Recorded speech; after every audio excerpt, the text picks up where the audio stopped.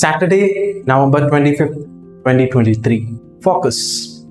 He is not God of the dead, but of the living, for all live to him. Catherine, a young girl of noble birth, after consecrating her virginity to Christ, protested against the persecution of Christians under the Roman Emperor Maxentius.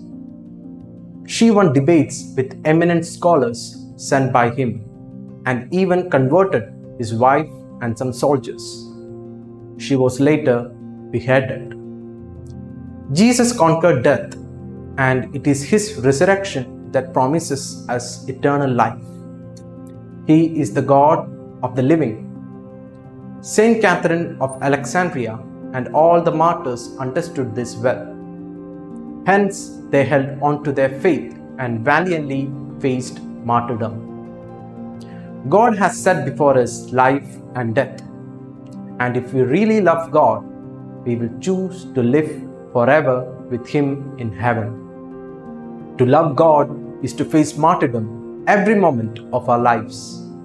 We need to die to our passions, give up selfishness and pride, sacrifice ourselves for the people around us, and live righteous lives no matter what the consequences. Choosing the life can be difficult, but love makes it possible to accept trials with joy. If we reflect on the joys of heaven on choosing life and the torments of hell on choosing death, we will realize that what we experience here on earth, good or bad, is almost nothing compared to what awaits us after death. Fruit.